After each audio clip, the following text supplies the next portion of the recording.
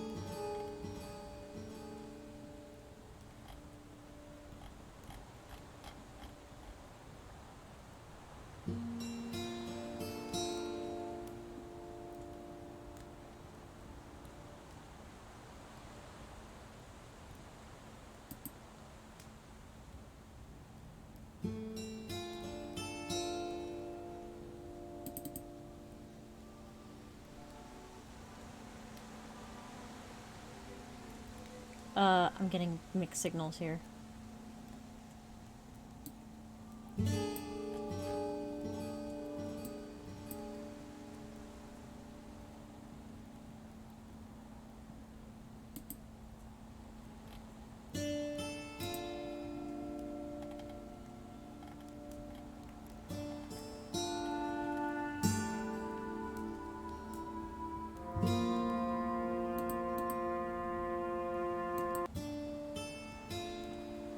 Hold on, give me a second here.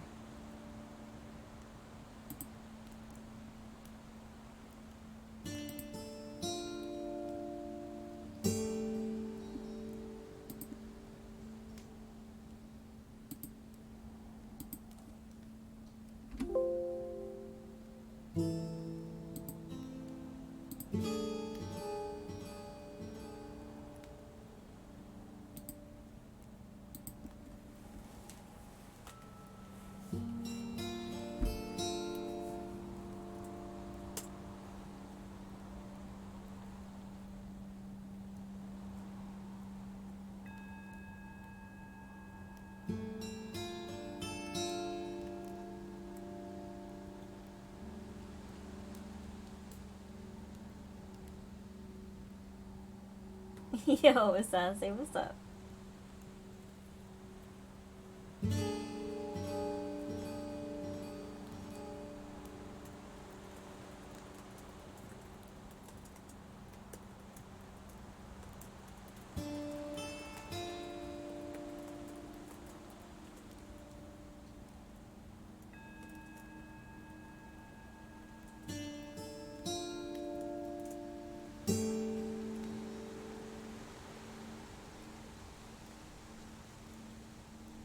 So, guess what soundtrack I've been having on loop all day?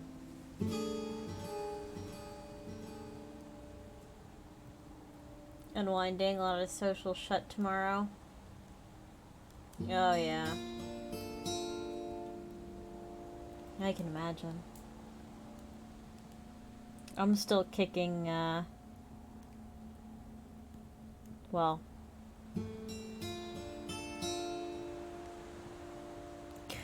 I'm getting my medications switched again, so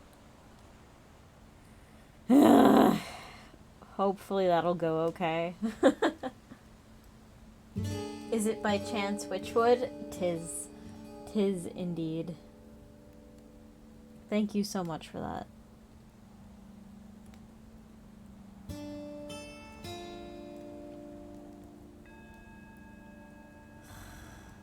So far, the only members of the secret server who haven't made me cry in the last 3 days are Wolfex and the forgetting bot that doesn't work.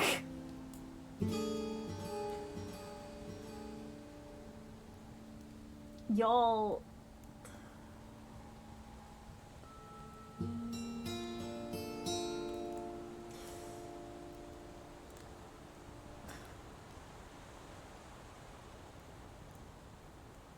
And it's been happy tears every time. So, I'm a little off today. I've had a lot of just emotion in the past few days.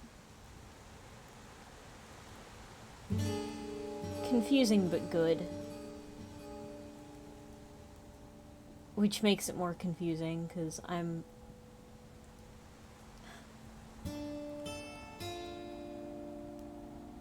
very much still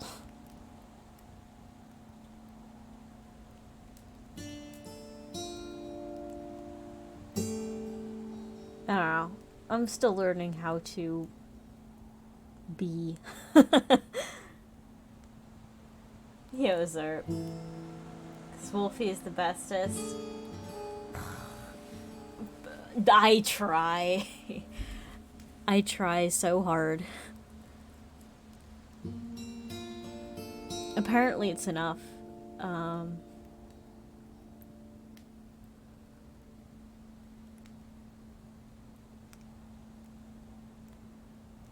Yeah.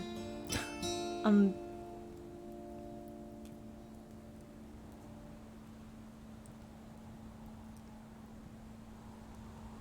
still not used to it, but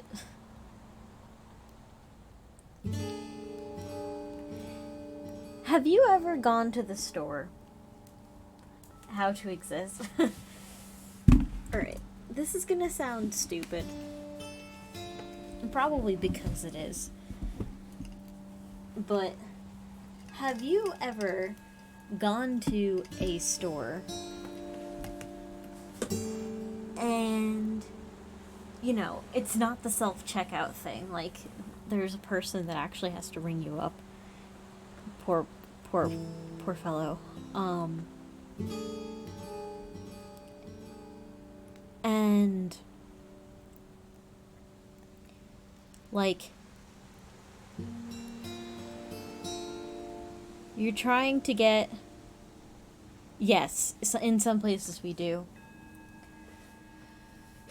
You're trying to get,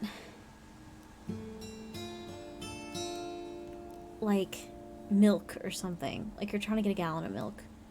2 of them. And so, you're out there. And the person rings you up and, like, you know, you put all your stuff in your little bags and you go out. And, like, as you're walking to your car or when you get to your car, like, you're looking at the receipt to make sure, like, there's no shenanigans or whatever. And you find out that you were only charged for 1 jar of milk. And then you're like, oh, okay, cool. And then you leave faster.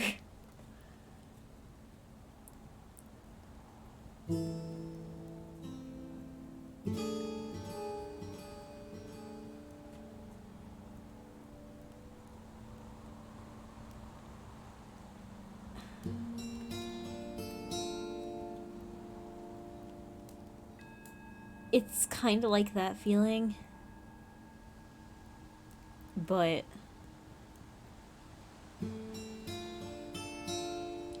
not really.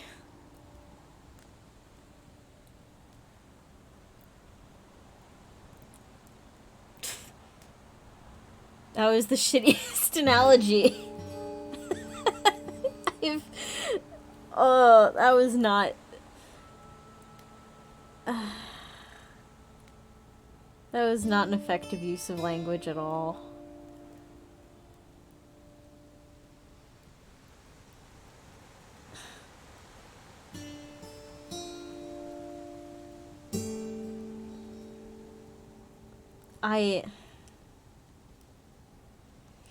I'm still learning that just because I have good friends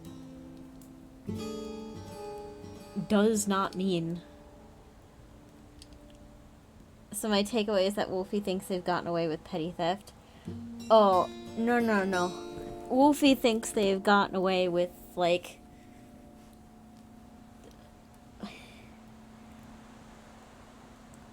Wolfie thinks they've gotten away with...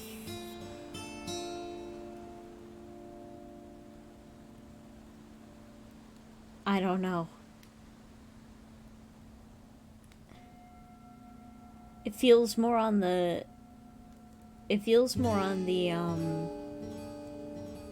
the scale of breaking out of jail.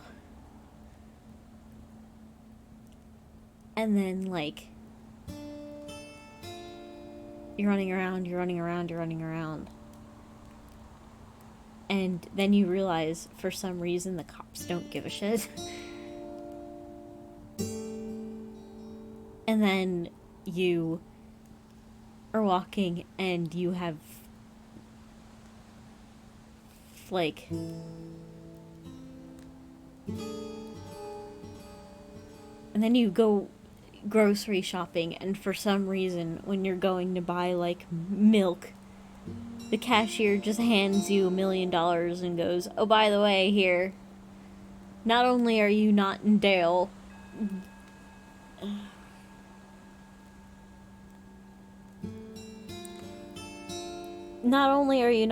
you, by, like, some accident of fate, you're rich. For no reason.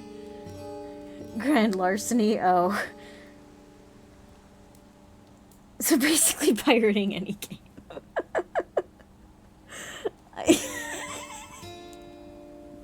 Not quite. Even though it was not absolutely not the case. Like, in my rational mind, I know that's probably not true. Like, in my rational mind, I know, like,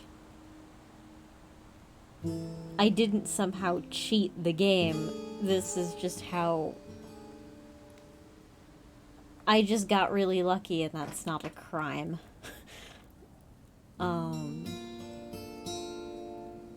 But it's still a big transition from, like,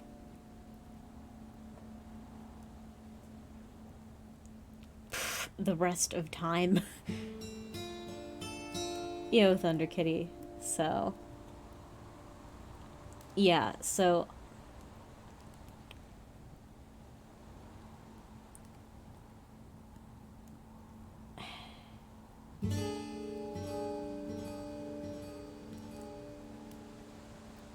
a snowbird show? I can actually do that. Hold on. Yeah, but let me finish the thought before it goes away.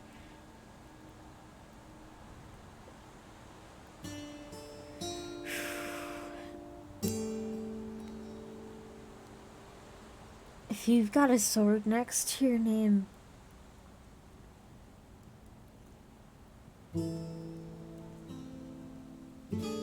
for the love of the gods,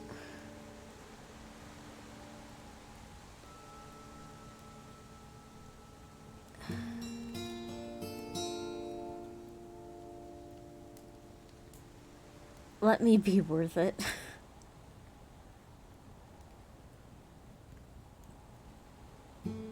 If I can help, let me help.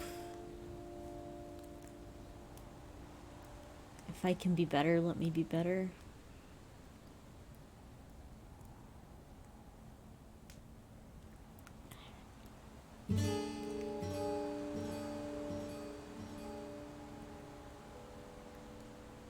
Maybe one day it'll stop feeling like larceny.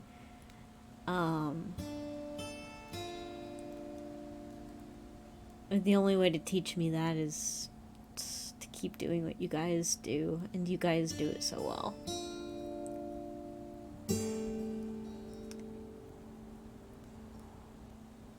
And one day I'll wake up and figure out why the fuck it's me that you guys chose to do this to.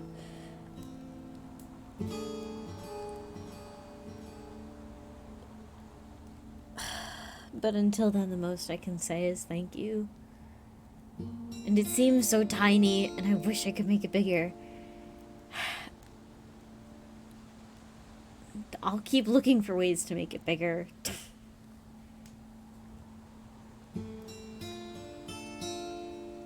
But I just TLDR, thank you. And I'm so sorry that my reaction to generosity is just tears. But I did just want to make a statement of that before I forget, or just to make sure no one's generosity or crazy kindness toward me feels overlooked. If you're worried about doing enough, fucking stop worrying about that, because my math does not suggest that. My math suggests that I'm in pretty serious debt to all of you. But the nice thing about this kind of relationship is apparently nobody's counting. So thank you. Deeply, deeply thank you.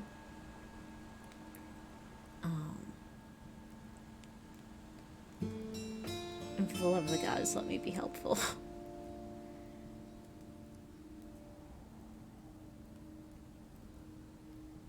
Yeah. My chat has moved. Oh god. Thank you, somebody, for gifting Thunder Kitty a sub. Have I considered I already am? Have I tried a rear view mirror to make it look bigger?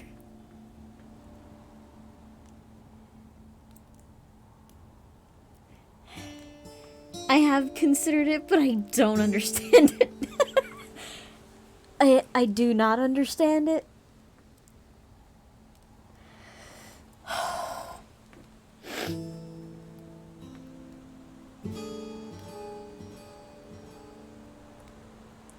But I'm still trying to.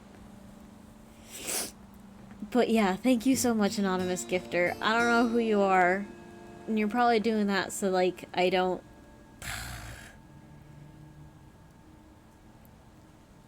God, I need to drink more water.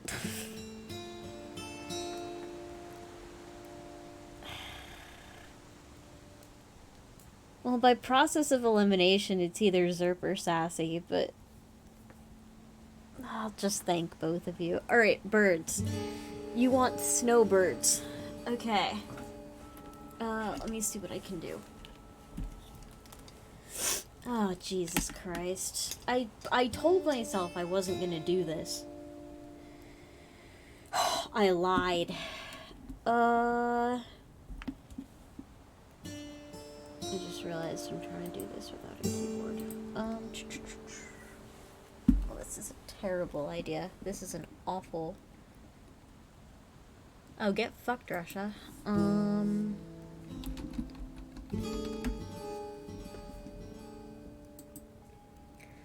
So this is a snow goose.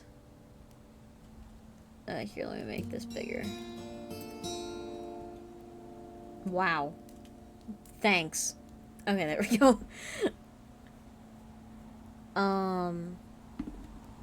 Yeah, these are snow geese. I forget exactly where they are. They are North American, that's what I thought. The darker, like their darker morph is called a blue geese. A blue goose.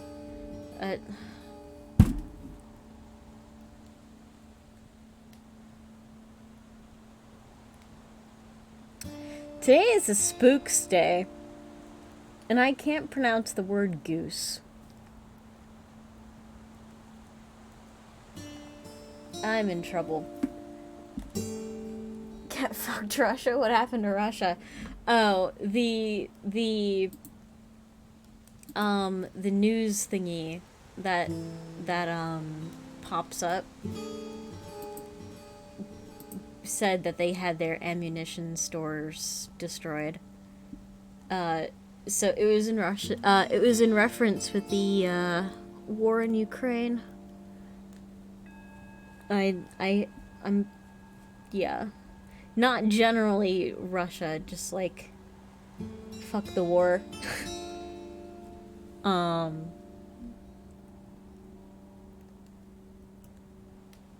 Sounds pretty par for the course. Oof. Get fucked indeed. Yeah. No, I'm not Russophobic. Anyone who knows me well knows that I love the Russian language, and I love Slavic culture, particularly Russian culture. But screw what they're doing over there. In a big way, screw all of that.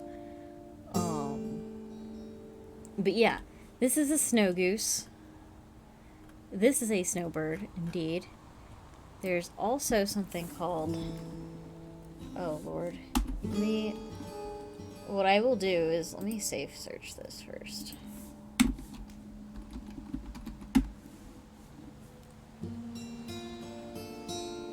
Oh, okay, that's not terrible, but that's not what it's called.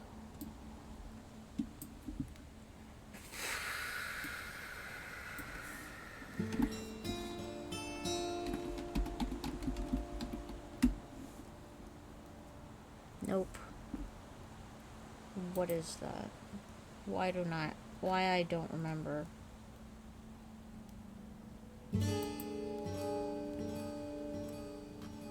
Why I no remember what bird?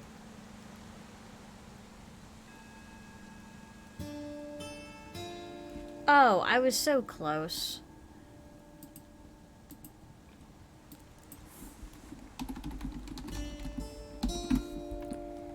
Okay. Sorry about that. I had to Google tits, and it's always a little bit of a risk.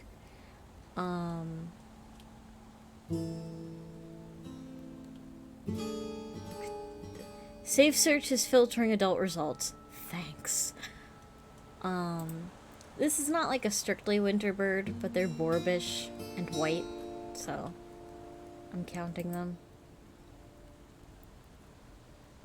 So, this is also a bird that is a snowbird. There's also another bird. Aw. That's actually really cute.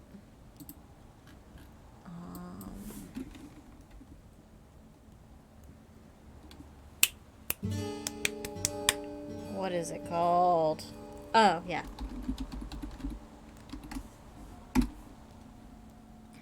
This is a snow bunting. They like the snow.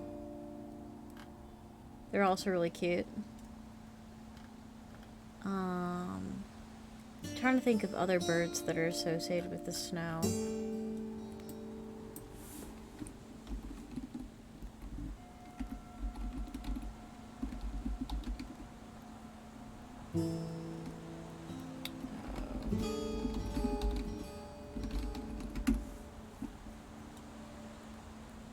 That's not quite it, but...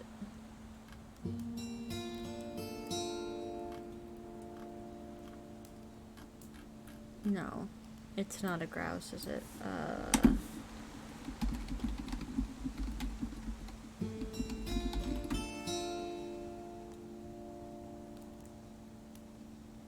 You're not helping me.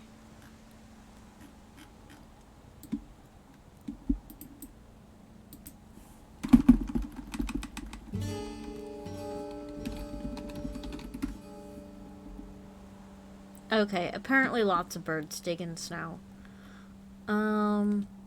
That's a chickadee. It's a blue jay. Fucking hell. I can't remember what it's called.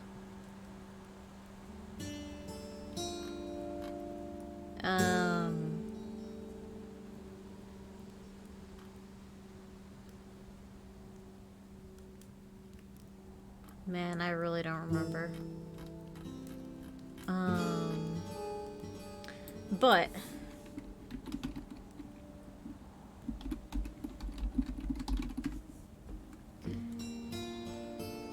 crows often like to play in the snow. They'll roll around in it. They'll sometimes, like, slide in it.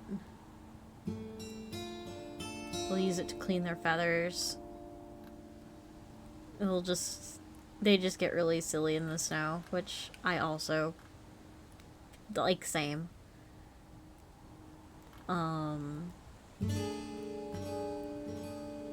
Yep, there we go. There's the crow boarding.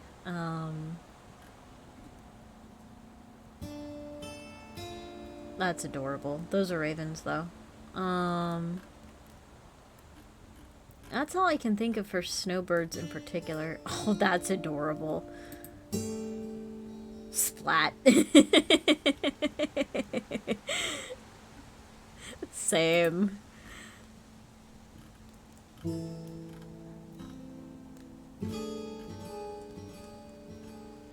Yeah, hopefully that's worth the points, my friend. So, bro, I almost forgot I drove past the beefiest crow I've ever seen. Fucker didn't even care that I was going 70. Badass didn't even flinch when I drove by. Oh my god. There's a couple of those, like, upstate New York. Well, not upstate. Like,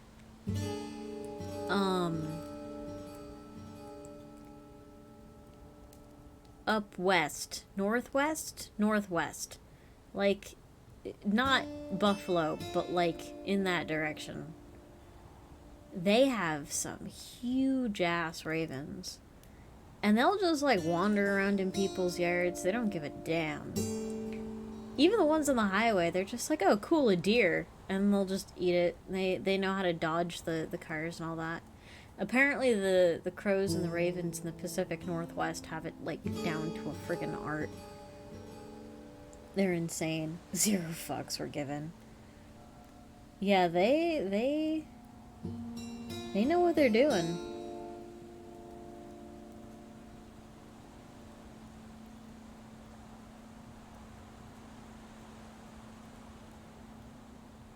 So, okay. Excuse me.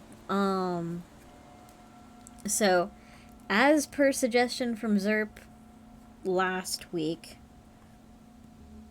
I have German Spooks.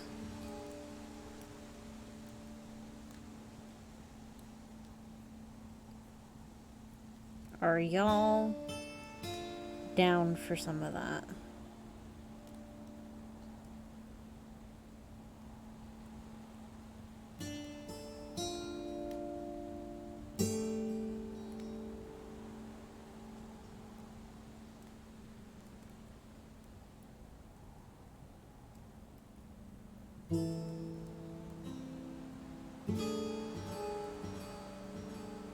Alright, let me find it.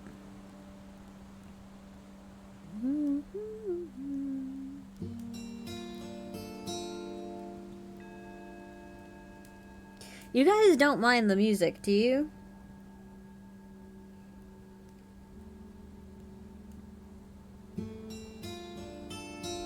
I think it kind of works. Sweet.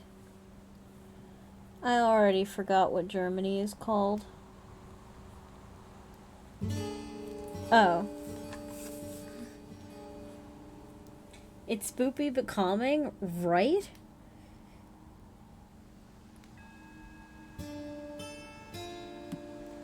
Yeah, it's very similar to the Inscription soundtrack in that way. Also Red Dead, a little bit. Alright, so I'm looking at an 800-page book full of German. It's not written in German.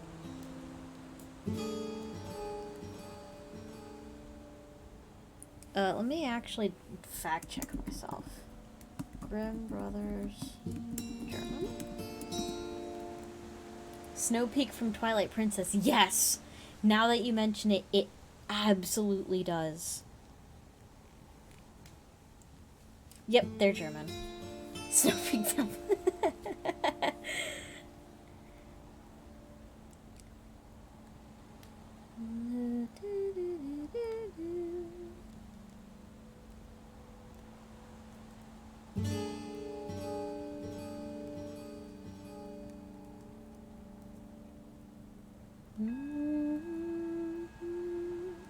If I could, I would totally play Twilight Princess again.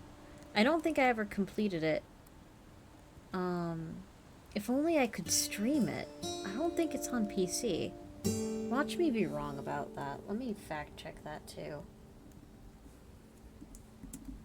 Twilight Princess on PC.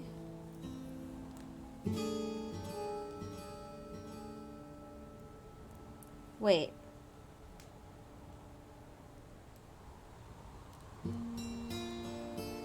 Are you serious?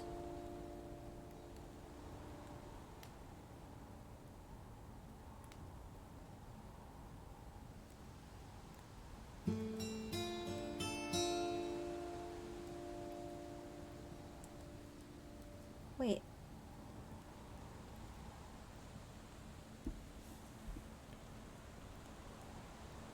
What?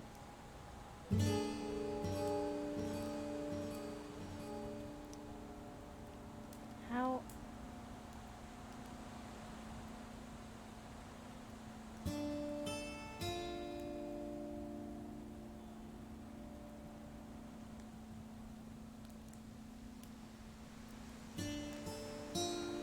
Reddit says it is if I use something I've never heard of.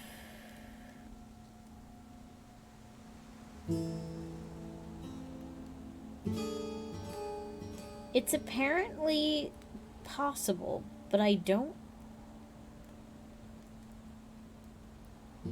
know how.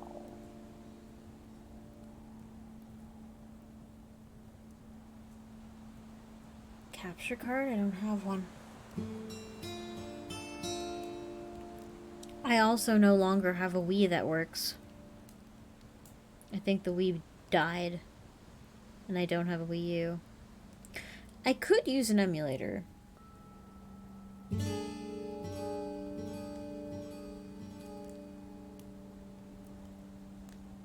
I forgot how to use an emulator, but I could.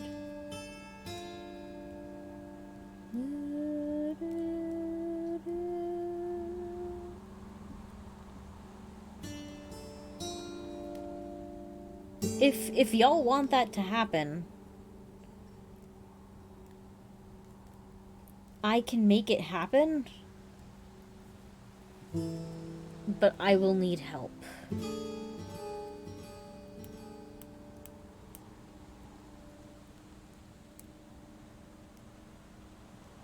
Ah, shit, I kind of want this to happen. I have a friggin' backlog of like 600 games. What am I doing? I do want to beat it eventually, though.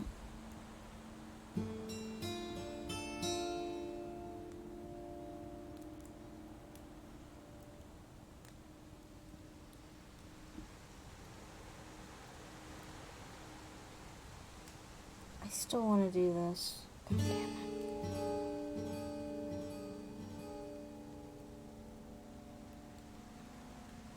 I don't know the first thing about emulator. I just learned how to use a capture card with my Switch, but I don't think that'll help in this case.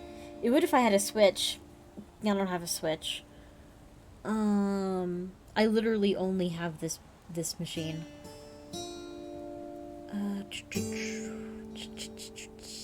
I found this.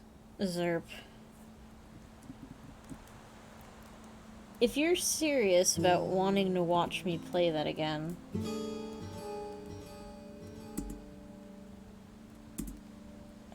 do a little digging, why don't you? I'd love it to be, right?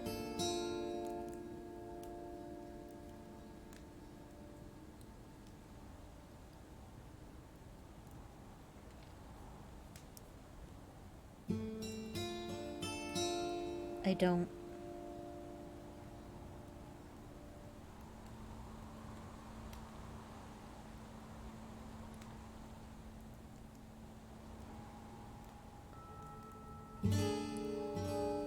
If you want to replay it and I'm craving childhood memories, why not? Yeah.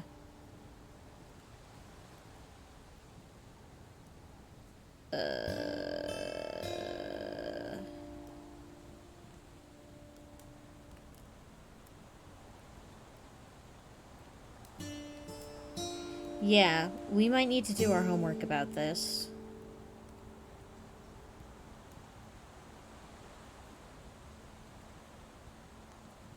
Twilight Princess is the one with Midna and the turning into a wolf, right? Yeah, that's the one I played.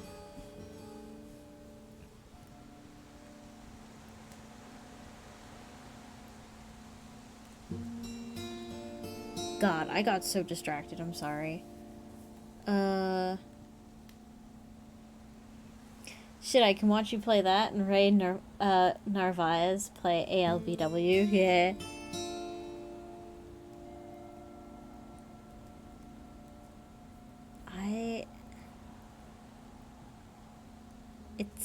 It's apparently possible.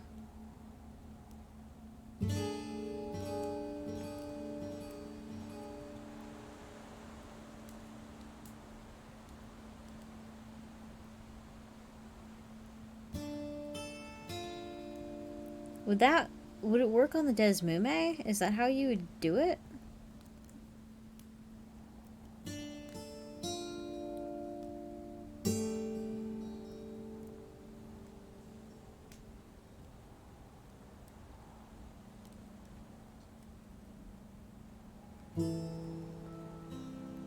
Oh, it's for DS games. Oh, I'm a fucking moron. Right.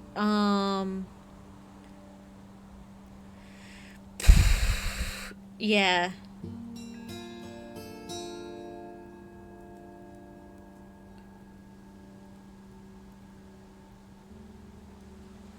I'm thinking.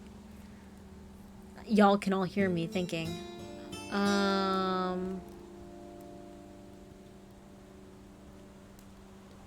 How dare. Thank you, Sassy. Semu is a U Dolphin if you want to play the Wii GameCube version.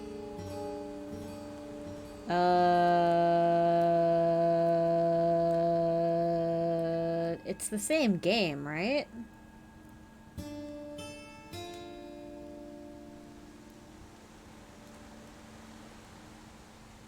So it shouldn't matter.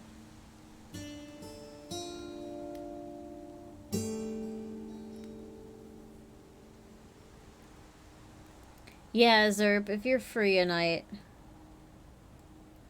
when it's flipped.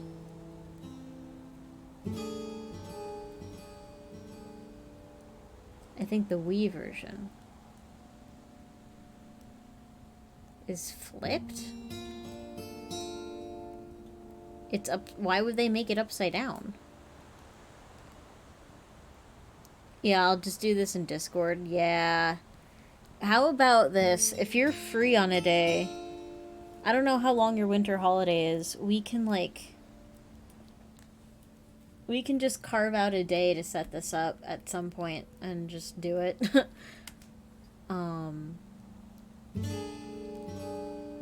Because I owned the game at some point, so it should be legal. It was flipped vertical.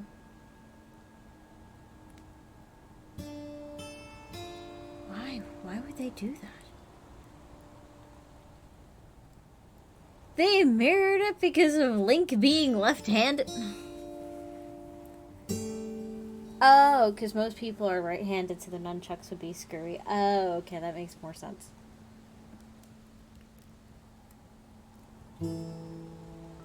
I was about to get hella judgy. Okay. So we want this for Semu. Apparently.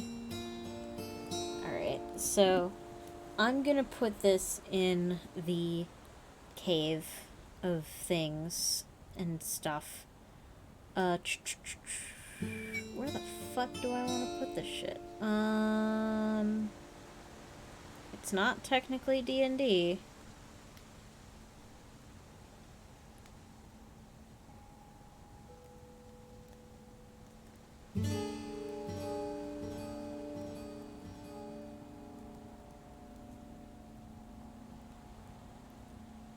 Why is this not with the other shit? Okay, sorry. Hold on.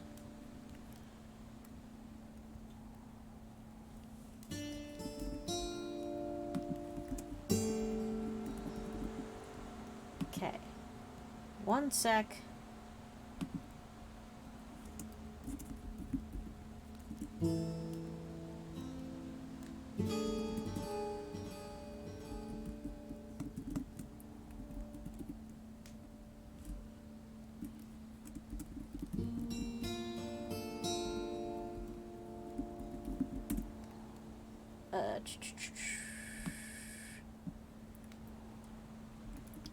Dupe. Okay. And I'm just gonna go at the president of arson. But Zerp is easier to type. You're so happy you've done this? I'm fucking hungry. Hold on, be right back. No problem. We can't all be ambidextrous. That's fair. Although, if you want to know a fun fact about me, that'll be helpful for the next game of, oh god, Fibbage. I am ambidextrous, but my left hand writes like a kindergartner, and it writes backward. Like, it writes the mirror image of what you'd expect.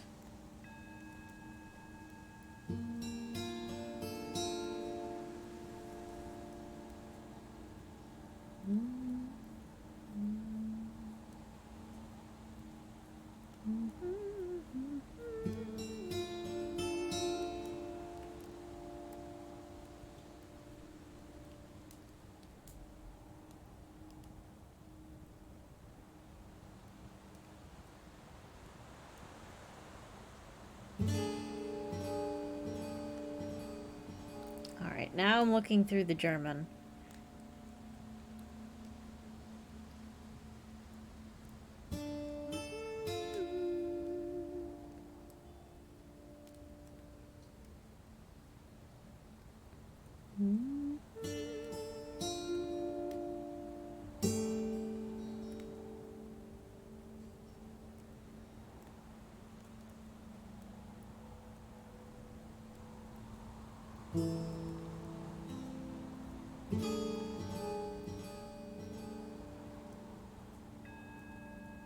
Alright, I found one.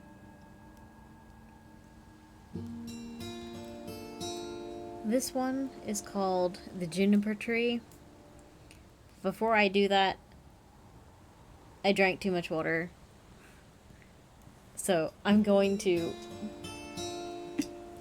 refill my water, and I am going also to empty some of the water that is in the wrong place. Not there. So I'll be right back.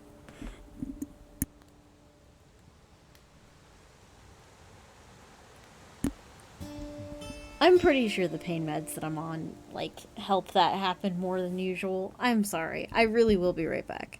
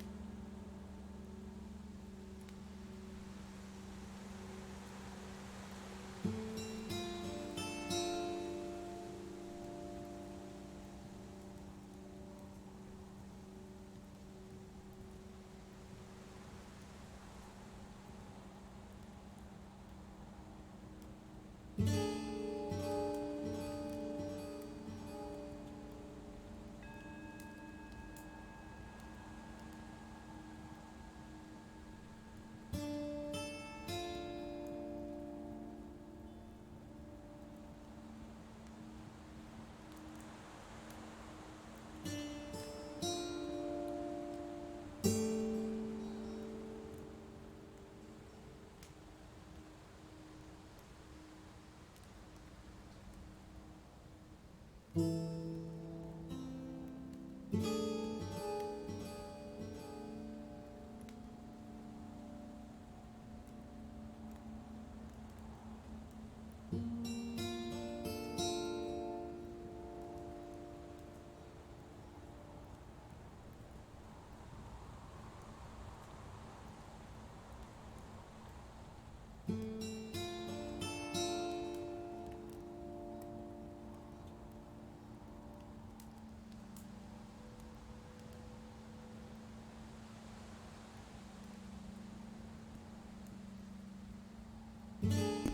am back, featuring everyone's favorite water bong.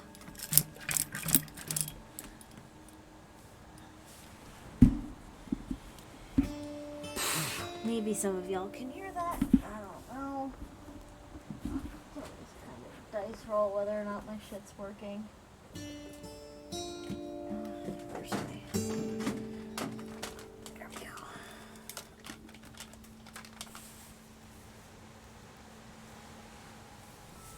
Okay. How are we doing, chat? Are we still alive? Ugh.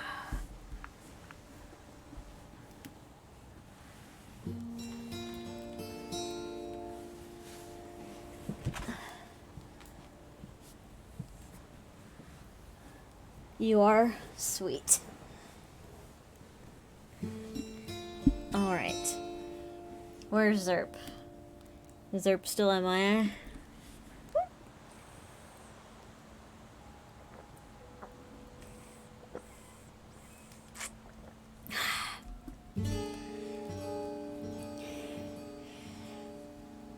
Why am I so thirsty? I just let the friggin' Nile... whatever. My fluid regulation is all screwed up. My hormones are all screwed up. Everything is fucked. But at least I'm happy.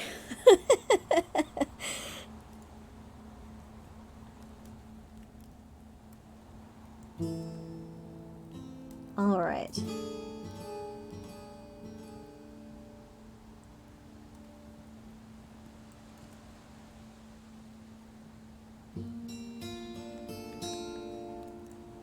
This is from the complete collection of the Brothers Grimm, called The Juniper Tree. Now, I'm not even going to try to do a German accent, because I don't know how. I haven't listened to enough German people outside of Zerp, so I would just be trying to sound like Zerp, and that seems strange. So I'm not going to do that.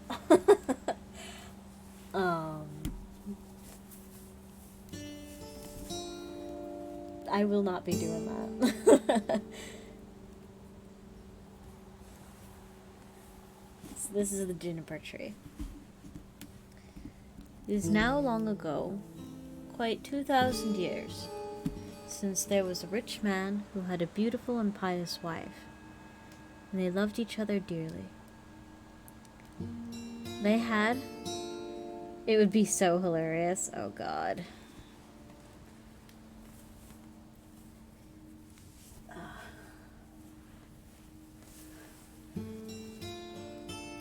Oh, man.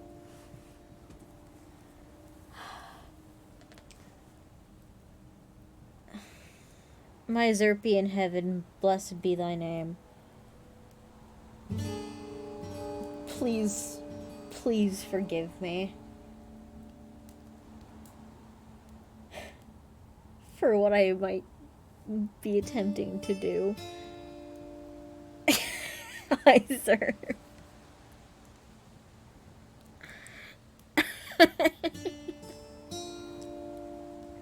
What happened? Nothing yet. No,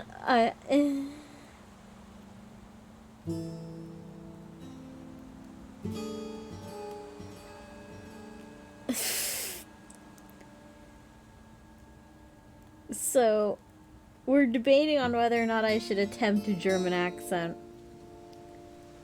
I don't think I can. Because the only person from Germany that I have like a good sample on is you. So I would just be imitating you, and that feels weird. And I don't think I would do it well either. Sassy, however. Well,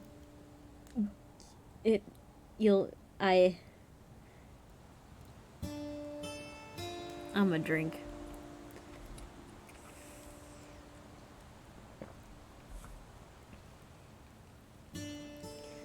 Could go for a Bavarian accent. Is that how you say it in English? I think so. Oh man. Oh, I think I know. I can try. I might drift into like an Indian accent trying to do it, but I will try.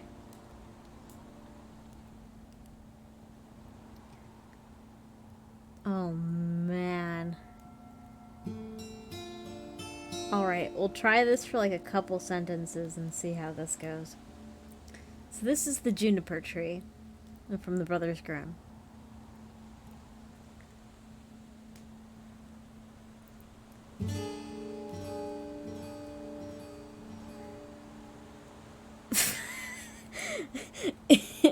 Intimidation.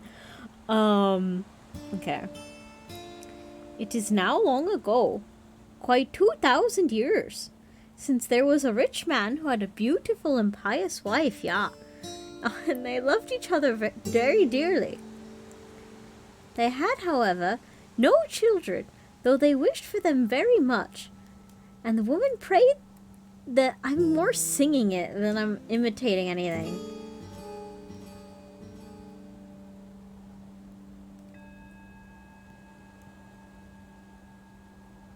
Shit. Is it...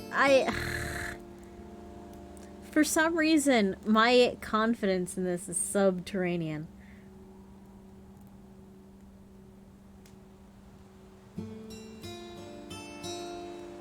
Alright, let me try it. How do they pronounce TH? Is it Z? That's more of a Russian thing.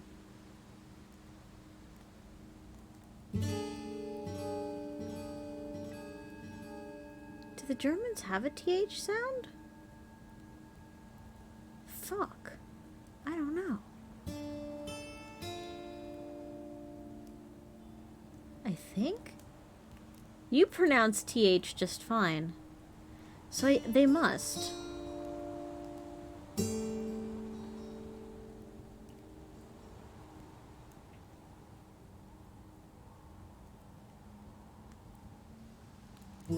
My God. I'm realizing how little I know. Okay. They had, however... Okay, the V's and W's W's. They're called was now. Why were not W's called was in the first place? Anyway. So it's however. No, that's retarded. I'm not doing that.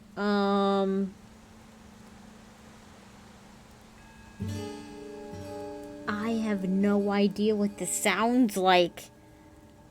I don't have a large enough sample size to imitate. I might just have to do this in American. There's very much prayed for them all day and night, but they still had not. Now there's a culture.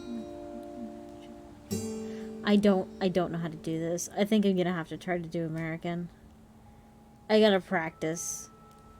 I have to get like a sample. I have to like listen to it for a while. Like a couple days maybe. Cause for some reason I have no frame of reference. Go for an American, yeah. Okay. It is now long ago, quite 2,000 years, since there was a rich man who had a beautiful and pious wife, and they loved each other dearly. They had, however, no children, though they wished for them very much, and the woman prayed for them day and night, but they still had none.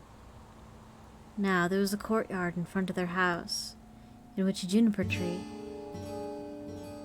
nope, can't read in English either— in which was a juniper tree, and one day in winter, the woman was standing beneath it, paring herself an apple, and while she was paring herself the apple, she cut her finger, and blood fell on the snow. "Ah!" said the woman, and sighed right heavily, and looked at the blood before her, and it was most unhappy. "Ah, if I had but a child as— oh God, she's Irish! What the fuck?" This is the third time this week. If I had but a child as red as blood and as white as snow. Why was it Irish? And while thus she spoke, she became quite happy in her mind, and felt just as if that were going to happen. She made a blood sacrifice to the tree, didn't she? She then went into the house. Languaging is hard, yes. She then went into the house, and a month went by. The snow was gone, and 2 months, and everything was green. And 3 months, and all the flowers came out of the earth. And 4 months, and then all the trees in the wood grew thicker, and the green branches were all closely entwined. And the birds sang until the wood resounded, and the blossoms fell from the trees. And the 5th month passed away, and she stood under the juniper tree, which smelt so sweetly that her heart leapt. And she fell on her knees, and was beside herself with joy. And when the 6th month was over, the fruit was large and fine. And then she was quite still. In the 7th month, she snatched at the juniper berries and ate them greedily. Then she grew sick and sorrowful. And the 8th month passed, and she called her husband to her and wept and said, "If I die, then bury me beneath the juniper tree." And she was quite comforted and happy until the next month was over. And then she had a child, as white as snow and as red as blood. And when she beheld it, she was so delighted that she died.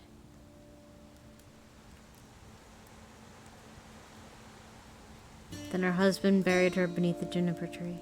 He began to weep sore.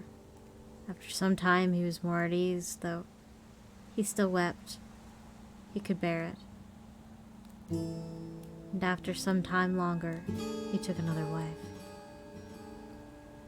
But the second wife, he had a daughter, but the first wife's child was a little son, and he was red as blood and white as snow. When the woman looked at her daughter, she loved her very much.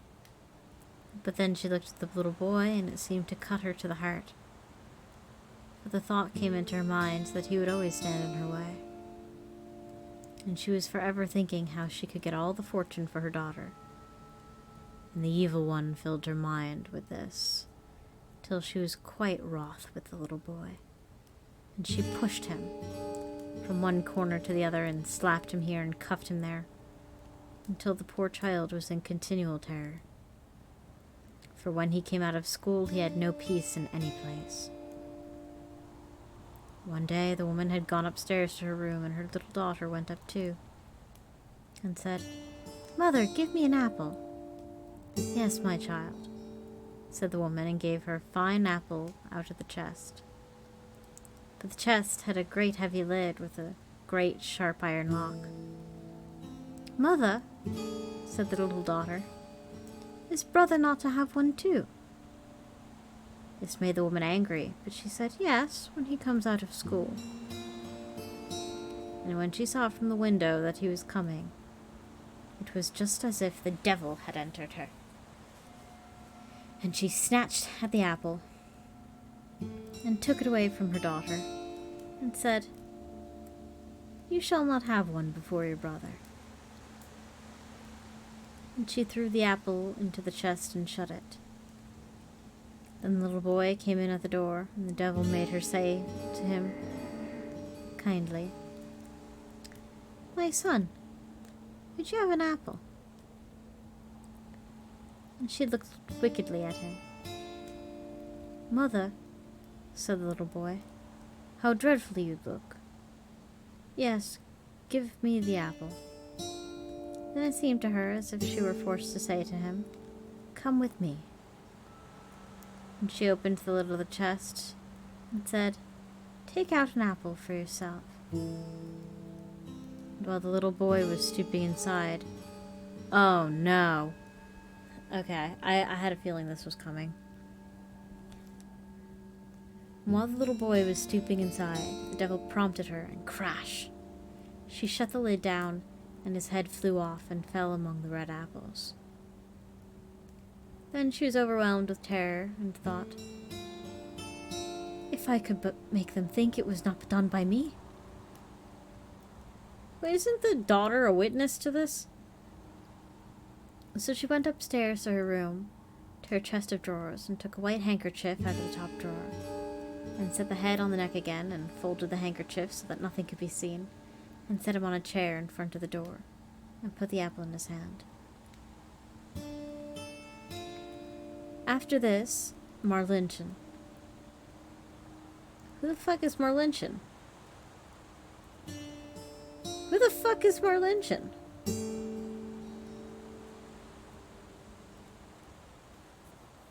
What? You can't just drop names in the middle of the thing. I don't know who Marlinchen is.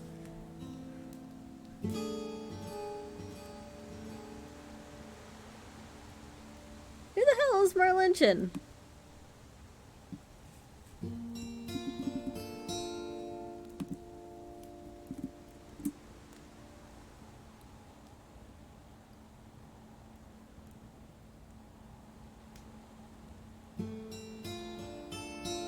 Oh, Marlinchen is the little girl. Okay.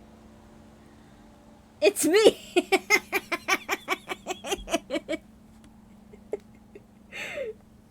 It was me, Dio. After this, Marlinchen, who's apparently the stepsister, came into the kitchen to her mother, who was standing by the fire, with a pan of hot water before her, which she was constantly stirring round. "Mother," said Marlinchen, "brother is sitting at the door, and he looks quite white, and he has an apple in his hand. I asked him to give me the apple, but he did not answer me, and I was quite frightened." Go back to him," said her mother, "and if he will not answer you, give him a box on the ear." You are going to traumatize your child. So Marlinchen went to him and said, "Brother, give me the apple." But he was silent. And she gave him a box on the ear, whereupon his head fell off. Marlinchen was terrified and began crying and screaming, and ran to her mother and said, "Ah, mother, I've knocked my brother's head off." And she wept and couldn't be comforted. "Marlinchen," said the mother, "what have you done? But be quiet and let no one know of it. It can't be helped now. We will make him into black puddings." And the mother took the little boy and chopped him into pieces, put him into a pan, and made him into black puddings. But Marlinchen stood by weeping and weeping, and all her tears fell into the pan, and there was no need of any salt. Then father came home and sat down to dinner and said, "But where is my son?" The mother served up a great dish of black puddings, and Marlinchen wept and could not leave off. And the father said again, "But where is my son?" "Ah," said the mother, "he's gone across the country to his mother's great uncle. He'll stay there a while." "What is he going to do there?" He'd even say goodbye to me. Oh, he wanted to go, and he asked me if he might stay 6 weeks. He's well taken care of there. Ah, said the man. I feel so unhappy lest all should not be right. He'd ought to say goodbye to me. With that he began to eat and said, Marlinton, why are you crying? Your brother will certainly come back. Then he said, Ah, wife, how delicious this food is. Give me some more. Oh, no. And the more he ate, the more he wanted to have. And he said, Give me some more. You shall have none of it. It seems to me as if it were all mine. And he ate and threw all the bones under the table until he'd finished the whole. But Marlinton went away to her chest of drawers and took out her best silk handkerchief out of the bottom drawer, got all the bones from beneath the table, and tied them up in her silk handkerchief and carried them outside to the door, weeping tears of blood. And she lay down under the juniper tree on the green grass, and after she'd lain there, she suddenly felt light-hearted and did not cry any more. Then the juniper tree began to stir itself, and the branches parted asunder and moved together again, just as if someone were rejoicing and clasping his hands. At the same time, a mist seemed to arise from the tree, and in the center of this mist burned like a fire, and a beautiful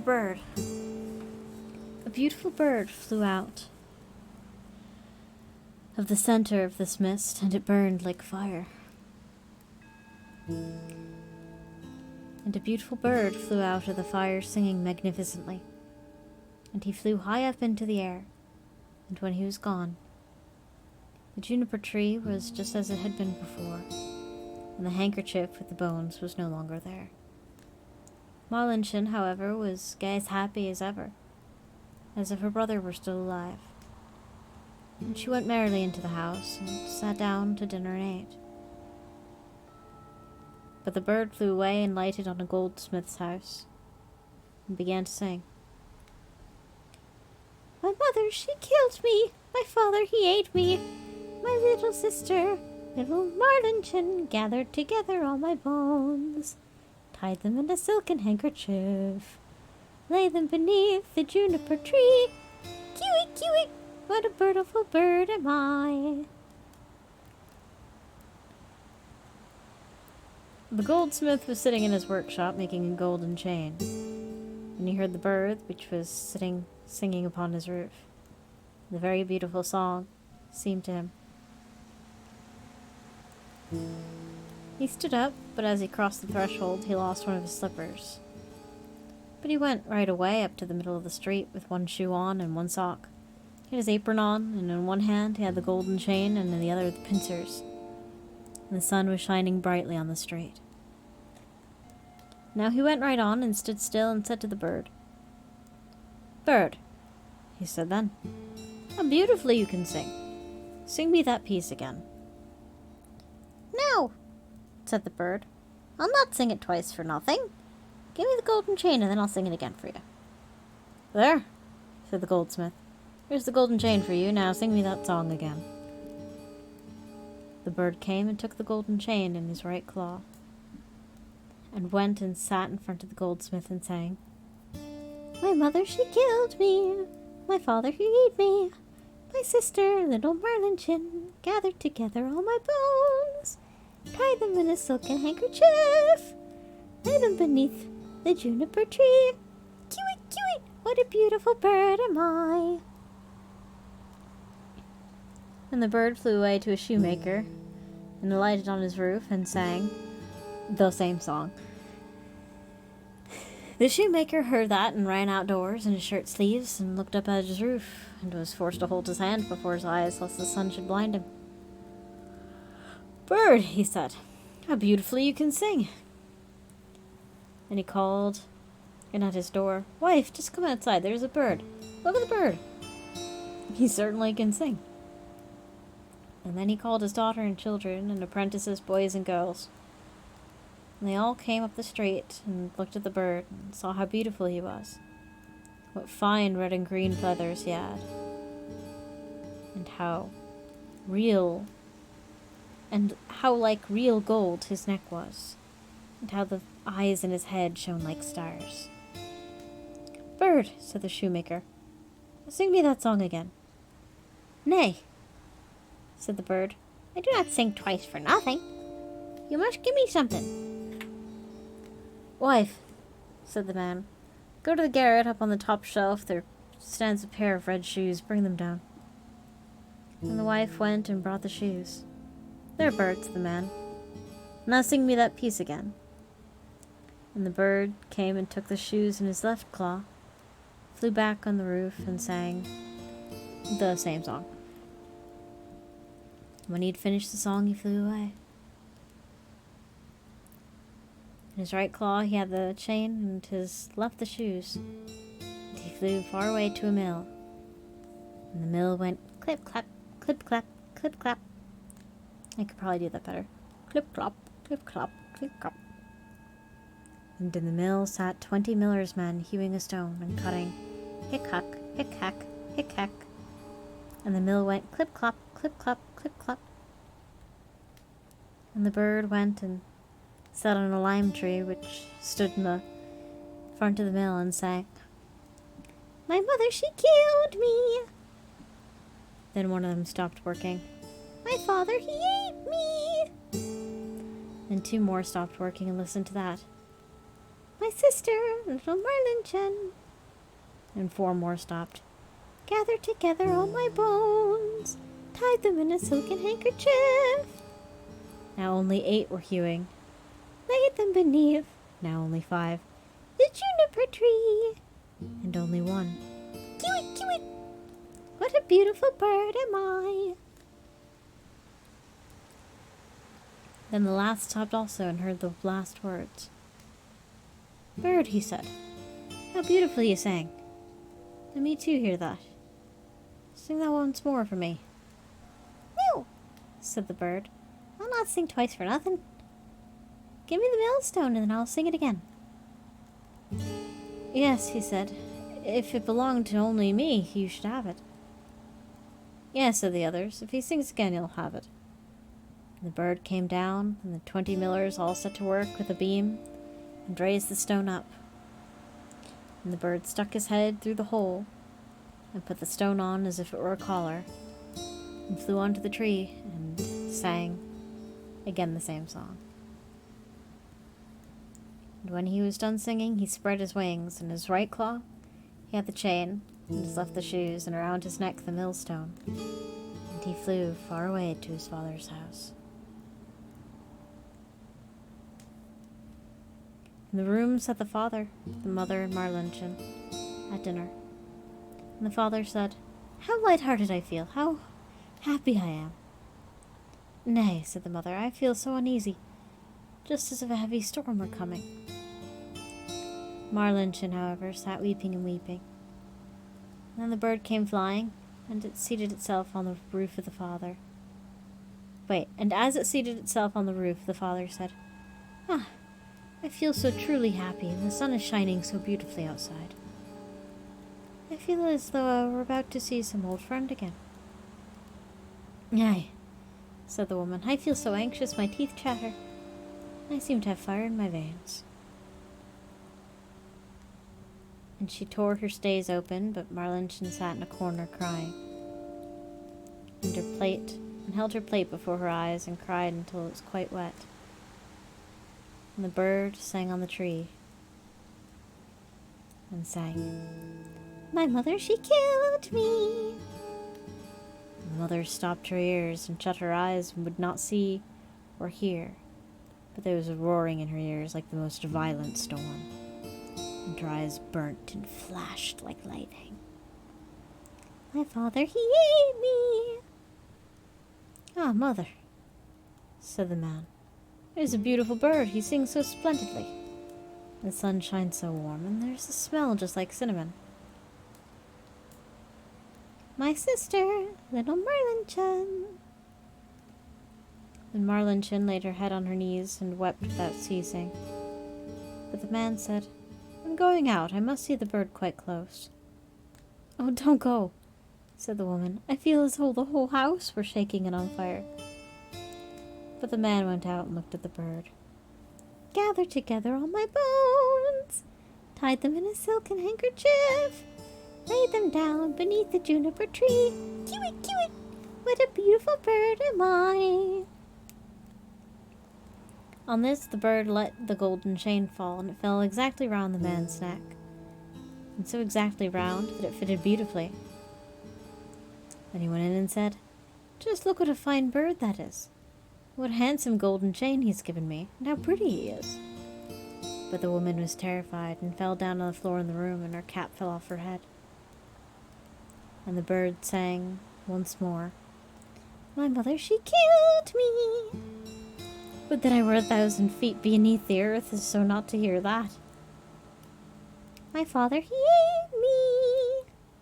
And the woman fell down again as if dead. "My little sister, little Marlinchen." "Ah," said Marlinchen, "I too will go out and see if the bird will give me anything." And she went out.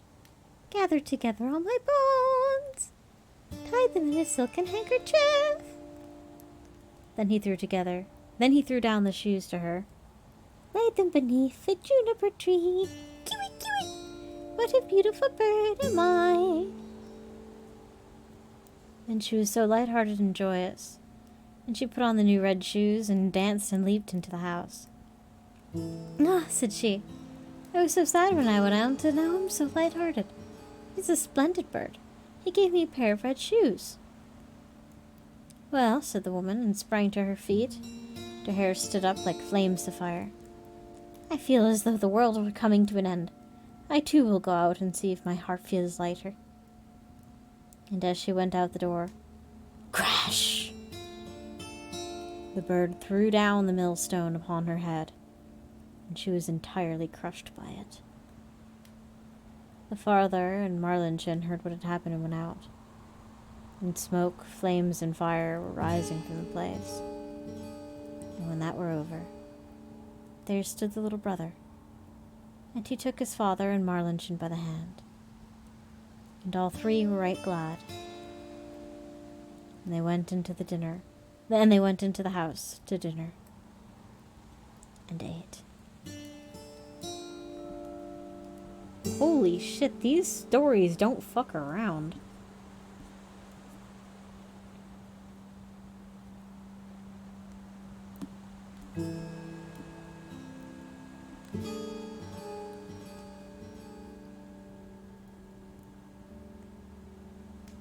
Also, fuck that mother, though. They do be German. Oh, yeah.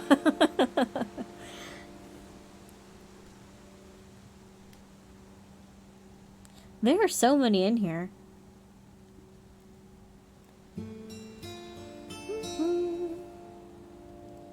Zerb, do you have any... I don't know if, like, your parents ever told you any of these. Like, do you have a favorite?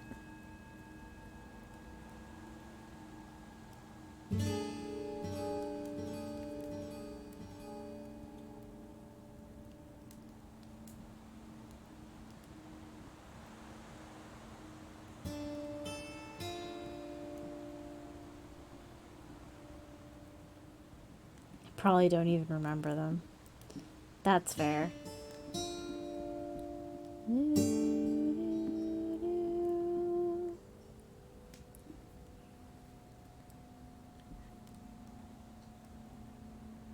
Well, there's one called The Raven. That one seems like it's named after you.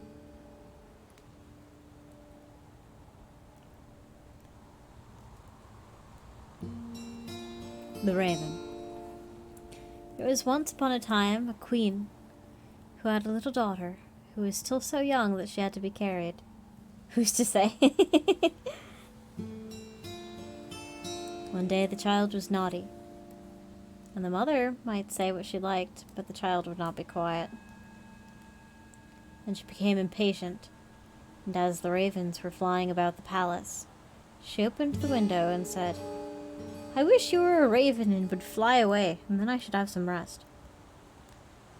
Scarcely had she spoken the words before the child was changed into a raven and flew from her arms out of the window. It flew into a dark forest and stayed in it for a long time, and the parents heard nothing of their child. Then one day, a man was on his way through this forest and heard the raven crying. He followed the voice. When he came near, the bird said, "I am a king's daughter by birth, and I am bewitched, but you can set me free." "What am I to do?" asked he.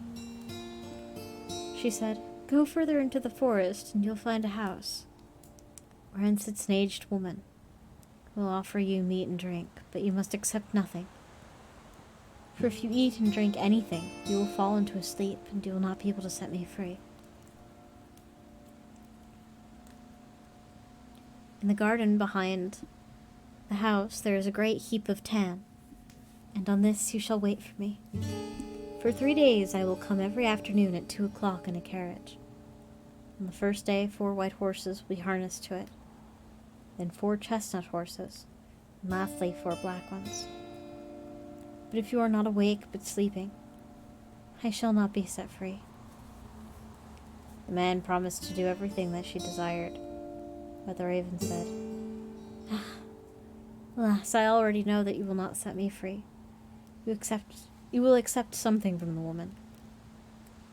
And the man once more promised that he would certainly not touch anything, either to eat or to drink.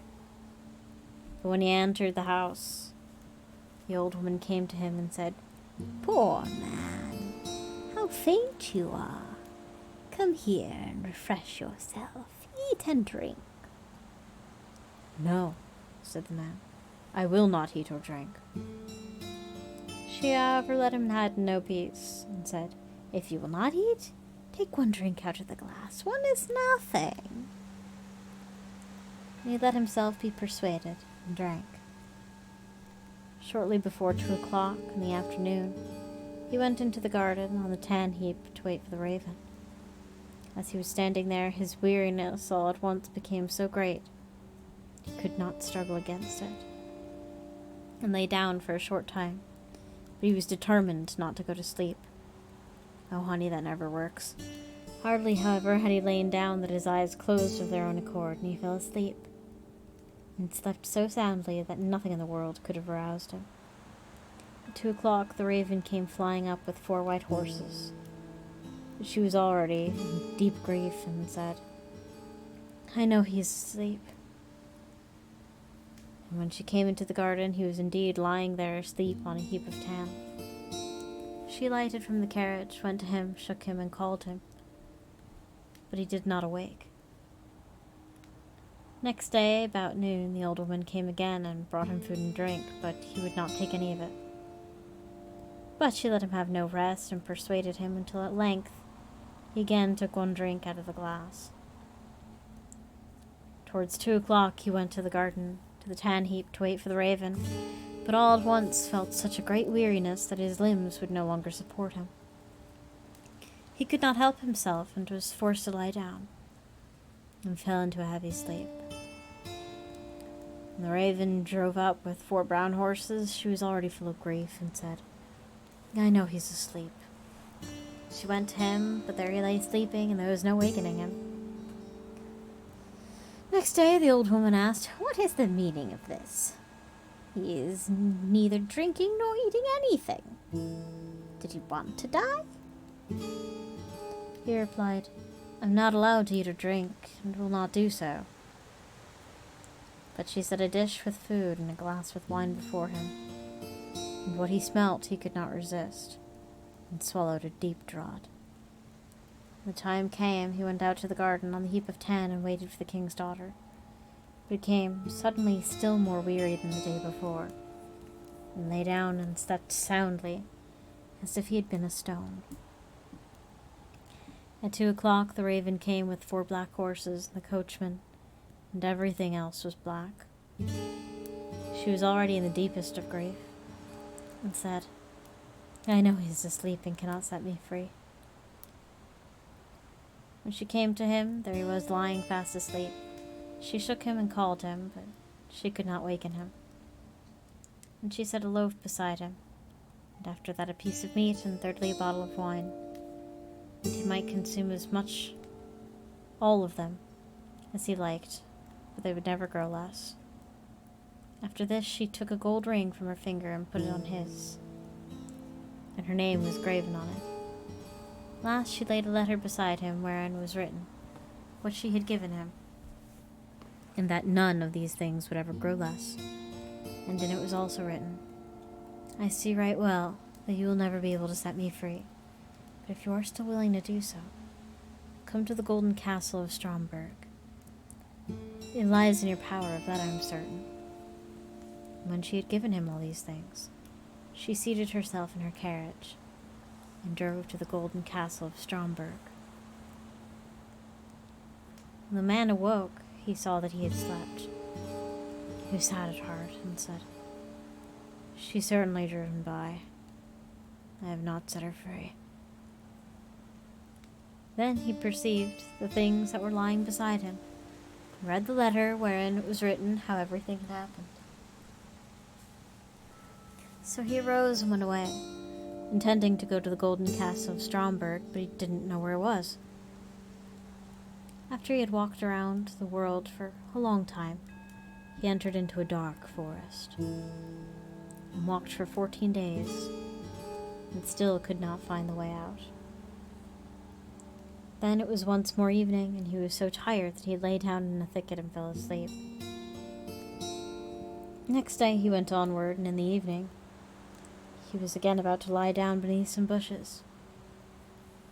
He heard such a howling and crying that he could not go to sleep. And at the time when people light the candles, he saw one glimmering, and arose and went toward it.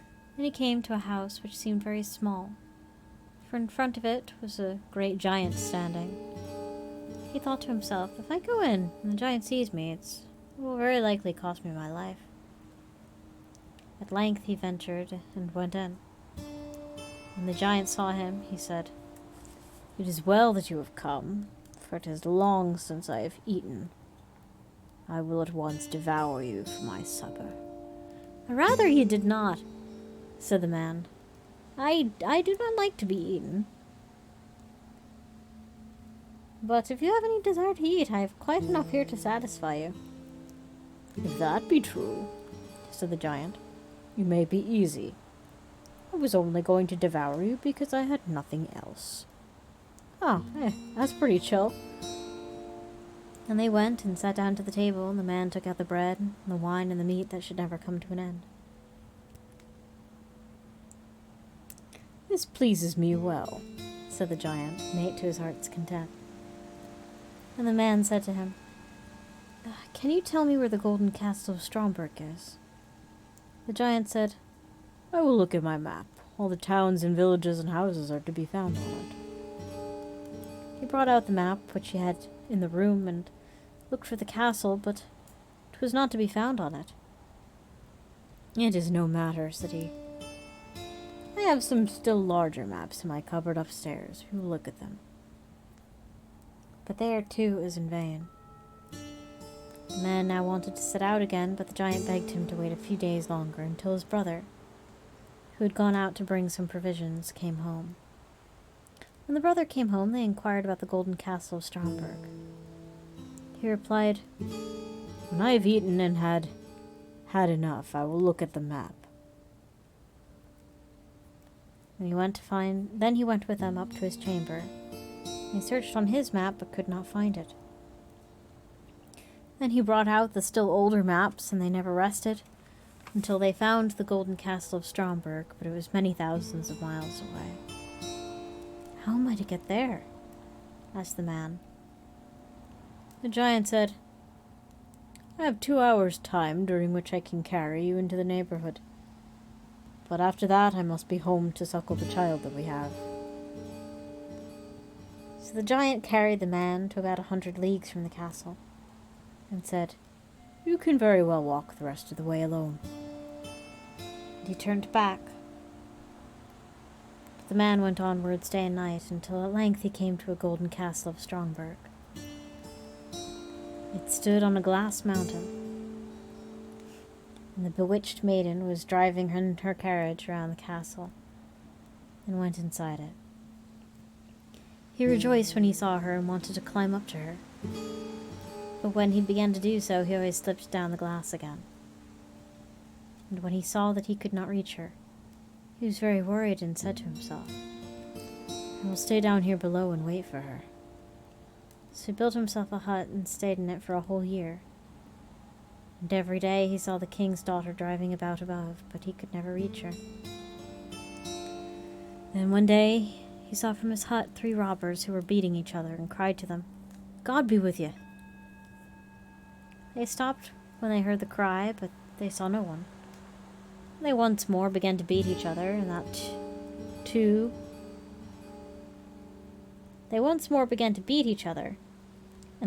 most dangerously. So he cried again, "God be with you." And they stopped, looked round about. But as they saw no one, they began beating on each other again.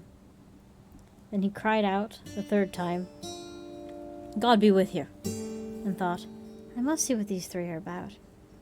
Went thither and asked why they were beating each other so furiously. One of them said that he had found a stick. When he struck a door with it, that the door would spring open. The next said that he had found a mantle, and that whatever he put in it, he was invisible. The 3rd said he had found a horse on which a man could ride everywhere, even up the glass mountain. Oh my god, dude 3 found a Skyrim horse. Now they did not know whether they ought to have these things in common, or whether they ought to divide them. And the man said, "I will give you something in exchange for these 3 things. Money, indeed, I have not, but I have other things of more value. But first I must make an experiment to see if you have told the truth." And they put him on the horse, threw the mantle around him, and gave him the stick in his hand. And when he had all these things, they were no longer visible to see him. So he gave them some vigorous blows and cried, "Now, vagabonds, you've got what you deserve. Are you satisfied?" And he rode up the glass mountain on his Skyrim horse. When he came in front of the castle at the top, it was shut. Then he struck the door with his stick, and it sprang open immediately. He went in and ascended the stairs until he came to the hall where the maiden was sitting in a golden goblet of wine. With a golden goblet of wine.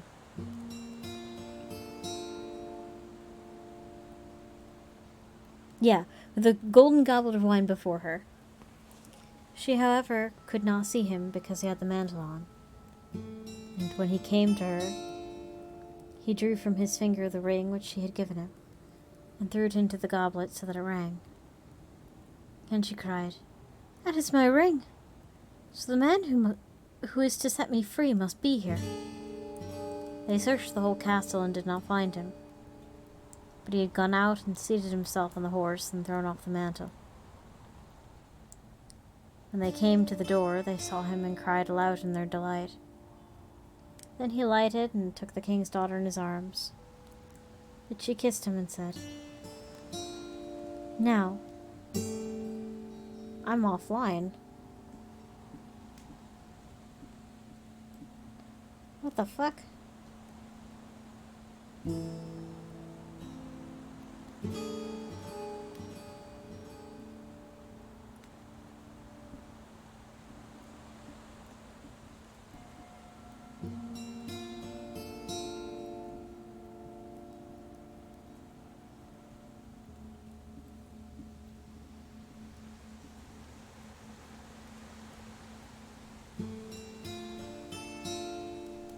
I think we're good.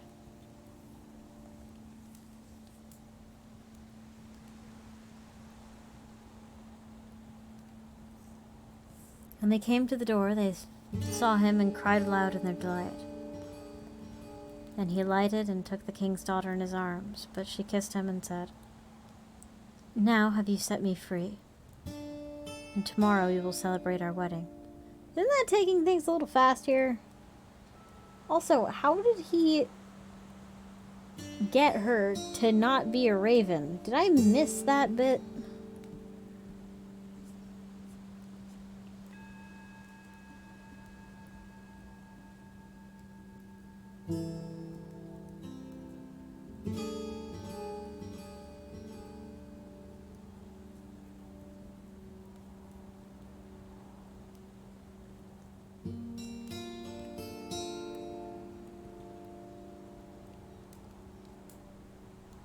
Or did he just kiss a raven?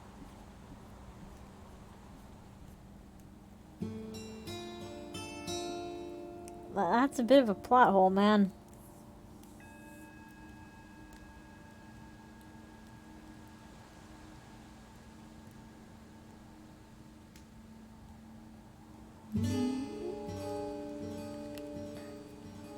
Alright. I have one more left within me.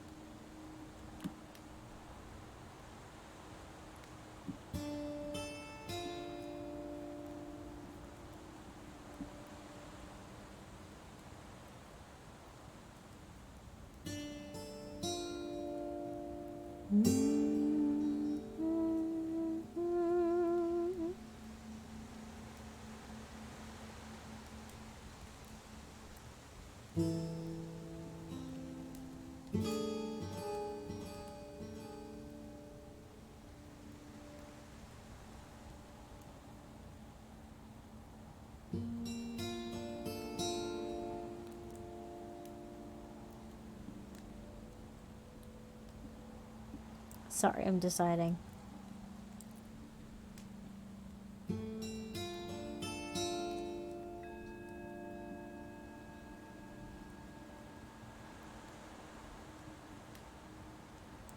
Oh my god, there's a story called Hans the Hedgehog.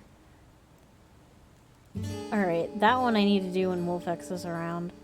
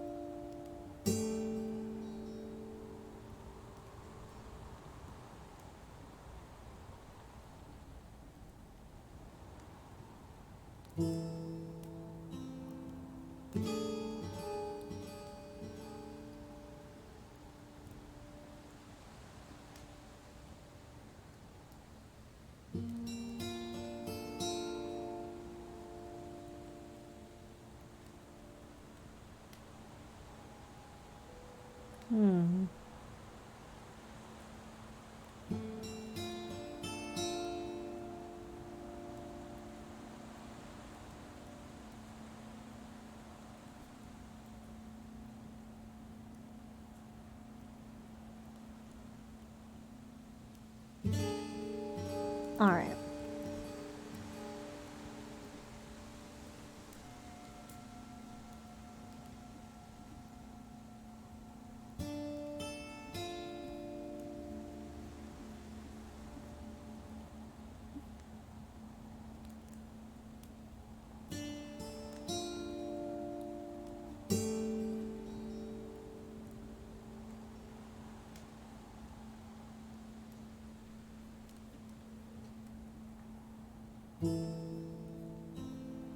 Oh my god, I'm exhausted. So many of these look so good, though.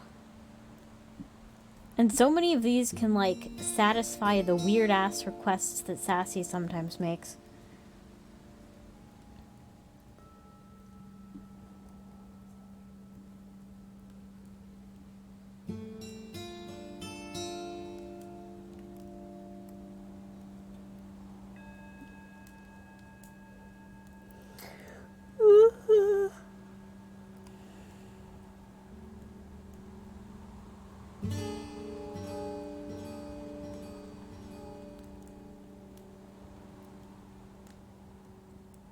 I have one left in me. God, I'm exhausted. Alright, hold on. I just gotta pick one. There's like 200 of them to pick from.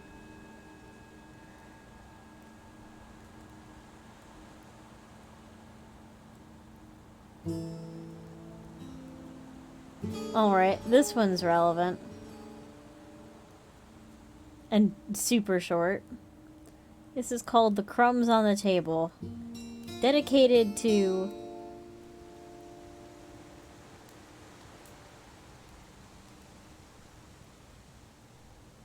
Sassy's kitchen table. And Chaos's kitchen table. And Edgehead's kitchen table. And Zerp's. And Axie's. And.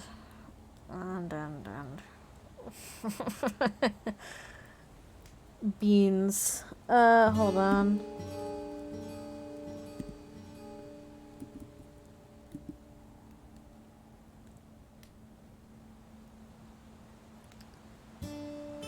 Oh my god. Okay. Well, there's one story called The Straw, the Coal, and the Bean.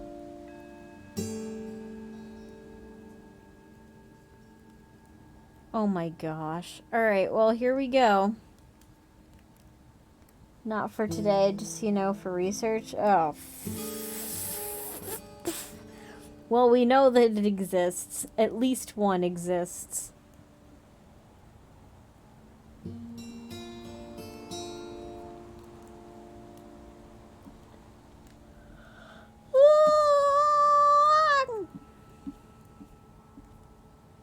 Where's the kitchen table? Fuck, I lost the kitchen table. How could this happen to me? I made my... Oh, there it is. George one day said to his little chickens, "Come into the parlor, enjoy yourselves, and pick up the breadcrumbs on the table. Your mistress has gone out to pay some visits." Wouldn't it be in the kitchen? Thanks, Sassy. And the chicken said, "No, no, we will not go. If the mistress gets to know it, she'll beat us." George said, "She'll know nothing about it. Do come after all. She never gives you anything good." And the chicken said again, "Nay, nay, you must let her alone. You must not go." But George let them have no peace until at last they went, and got on the table and ate up all the breadcrumbs with all their might. But at that very moment the mistress came, and seized the stick in great haste, and beat them and treated them very harshly. And when they were outside the house, the chicken said to George, Do, you see?" And George laughed and said, Didn't I expect it?" So they just had to run away. What the fuck? That's just mean.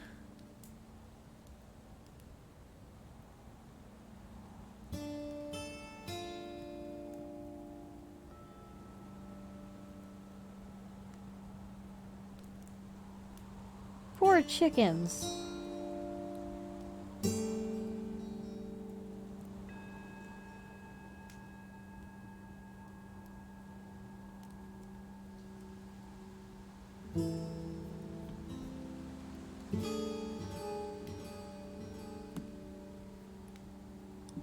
Oh man, the chicken's really got the bad end of the stick.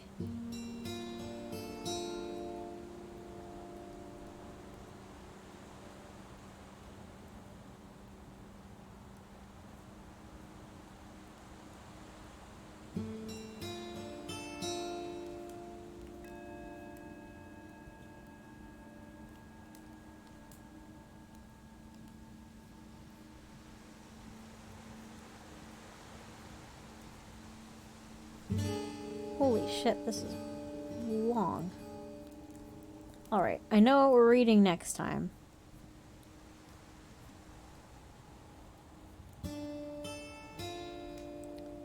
Koshche Without Death. A Russian folk story. Folk story I keep meaning to read, but never do.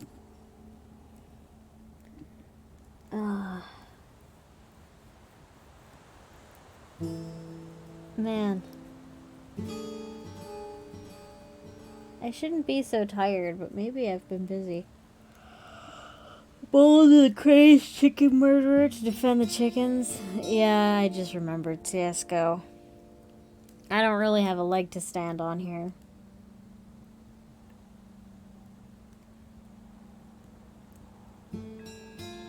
But still, poor chickens. They're not as much assholes as turkeys, I will say that.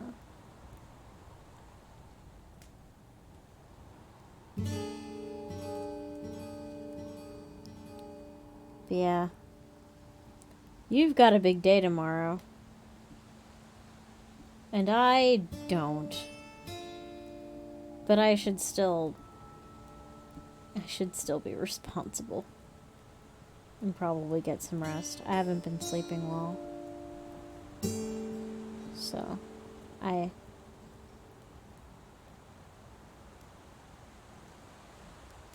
ought to sleep just a bit.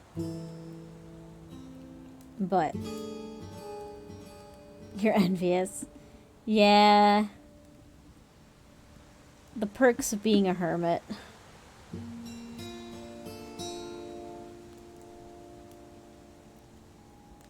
The perks of being a hermit are many.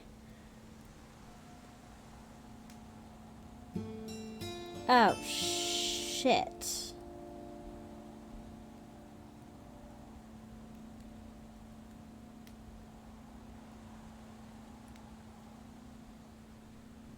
Oh, fuck. I hope this works in time.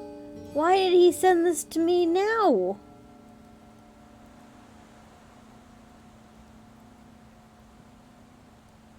Oh, Christ. Fucking...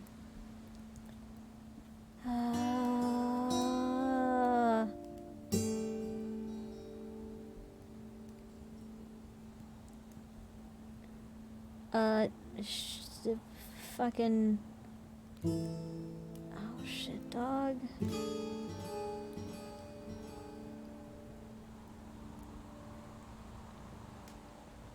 Oh, you're gonna be a dick now. Shit, I don't know what to do about that.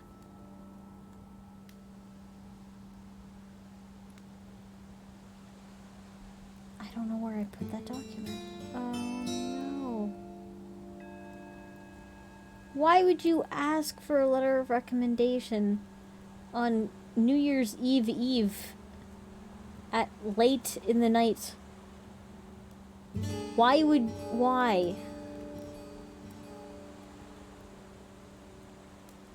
I have literally no idea where I put this. Oh, fuck.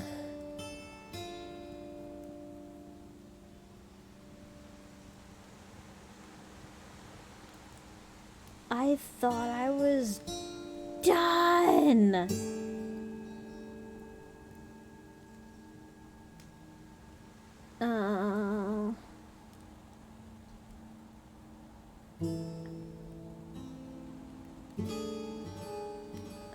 You can't be serious. Alright, so it's not with the grant shit. Then where else would it be? It wouldn't be here. No.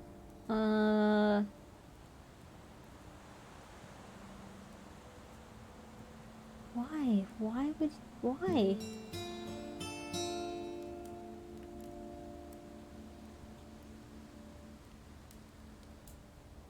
It has to be with grant stuff. Nothing else makes sense. What would it be?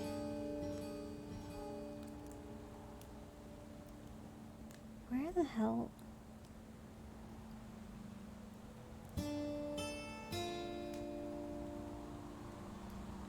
Would it be under... Sorry, hold on.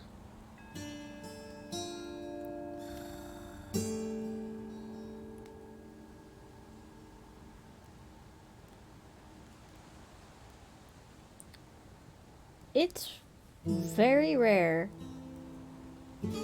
that I misplace something like this.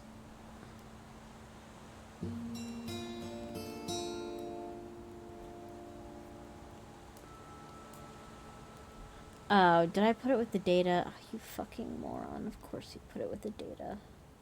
Dumb idiot. Alright. Okay. Crisis averted.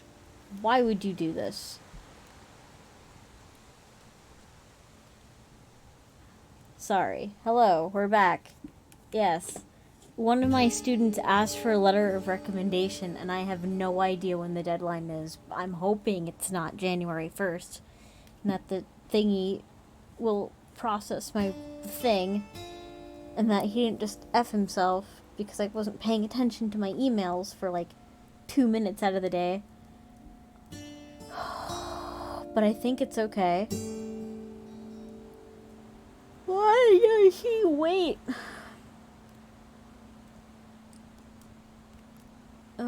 Whatever.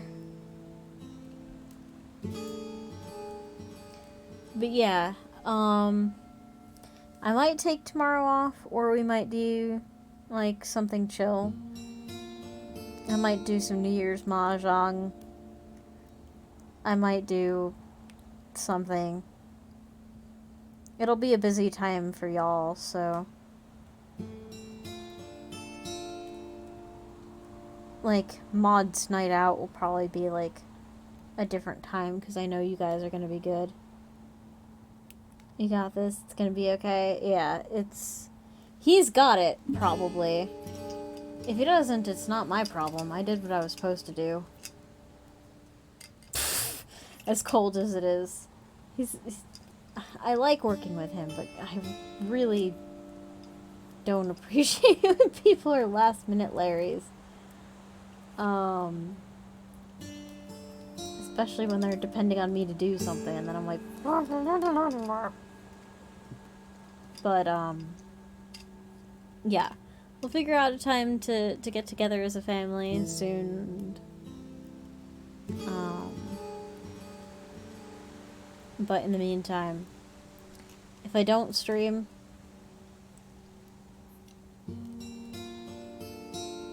I'll leave you with this.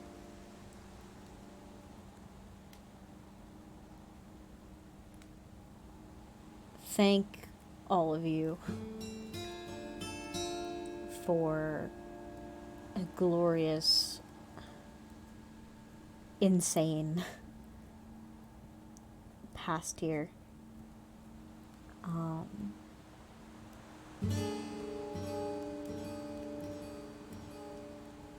You guys are just... you guys are amazing. And,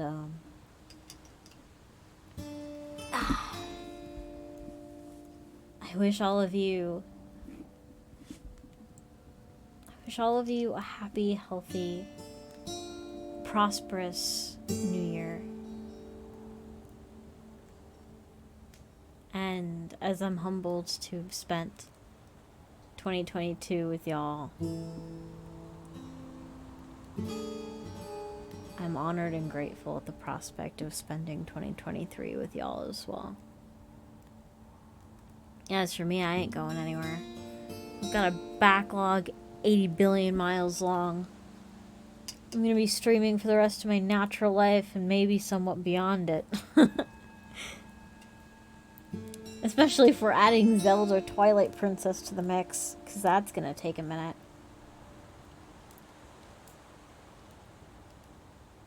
Not to mention the ungodly amount of mahjong, but in the meantime...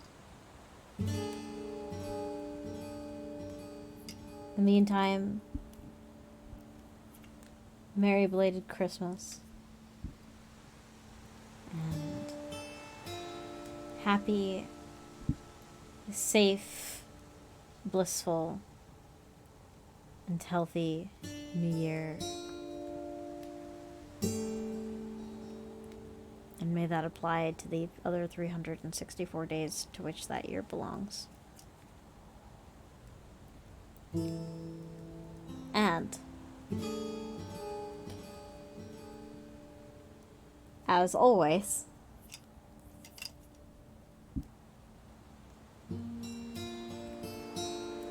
I love you guys so much.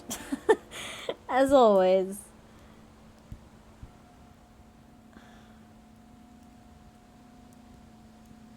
please take care of yourselves. And some suggestions on how to do that are: do not eat or drink any questionable substances. Make smart decisions to not die. Dying is absolutely forbidden. And I will see all of you wonderful people very, very soon.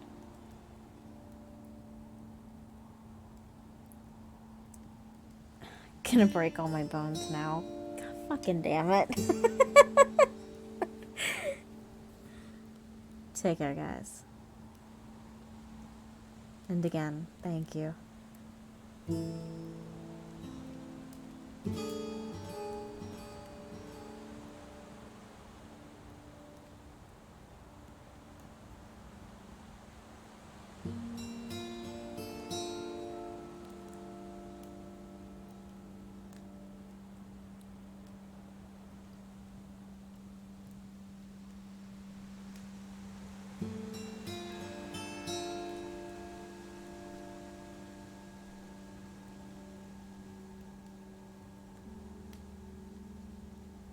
I got hypnotized by the snow. Ugh. That is one thing I do want that y'all cannot give me. I would really like some snow. Just a little.